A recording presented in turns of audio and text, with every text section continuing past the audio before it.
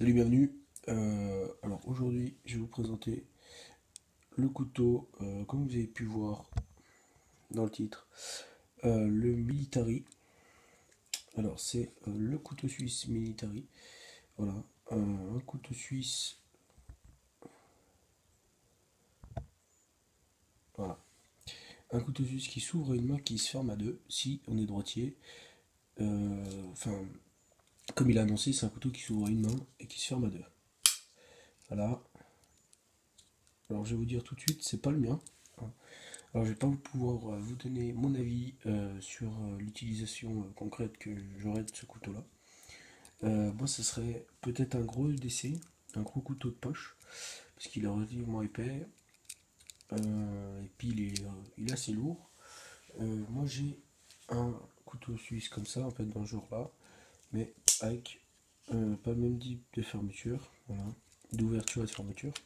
Alors là, on a un genre comme de spider hole, un trou dans la lame.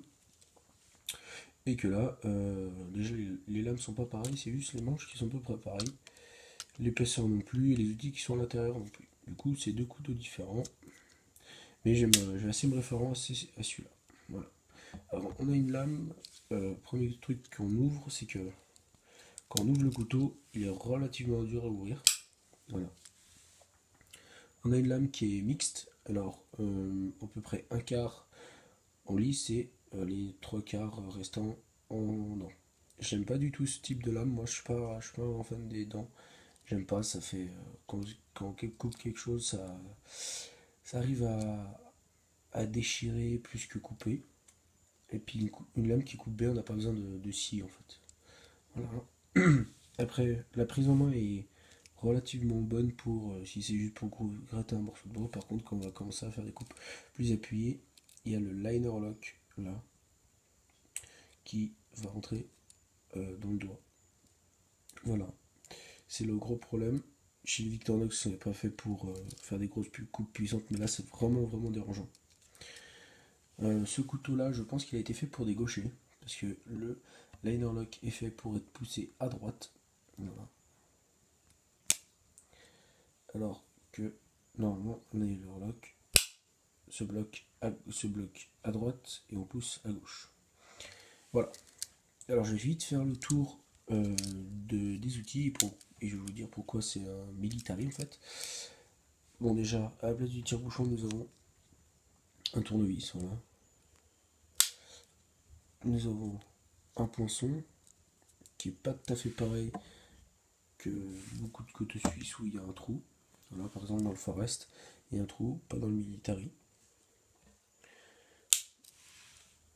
Ensuite, bon bah les objets pareil, hein, pince à épiler, cure-dent, petit anneau. Nous avons l'ouvre-boîte. Cette fois, nous avons un gros tournevis plat que je vais comparer à l'autre. Alors tournevis plat, vous allez voir qu'il est carrément difforme, carrément plus gros. Voilà. Il est plus épais, plus costaud. L'épaisseur à peu près pareil, ça doit être sur du 3 mm et là sur du 2. Voilà. Gros tournevis plat, décapsuleur. Et celui-là on peut le refermer. Il n'y a aucun système de sécurité, que là il y a un système de sécurité. Le liner qu'on pousse toujours à gauche. Voilà. Avec cette position-là n'est pas bloquée, mais quand on ouvre comme ça, il est bloqué. Et la Civic Inox que tout le monde connaît.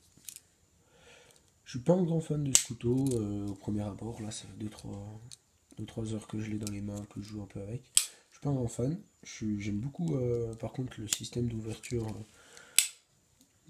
à une main, c'est assez agréable. Voilà, par contre, c'est un couteau qui est fait pour les gauchers.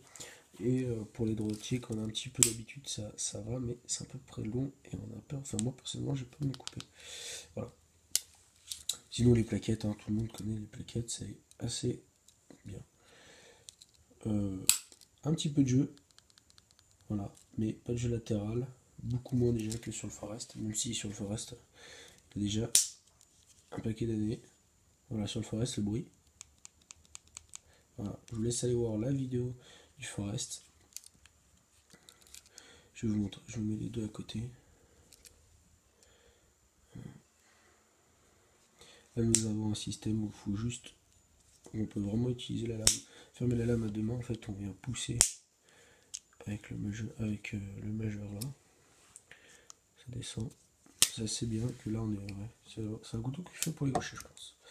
Voilà, je vous remercie de vous avoir abonné. Continuez à vous abonner, lâchez des commentaires si cela vous fait plaisir. Merci, à bientôt.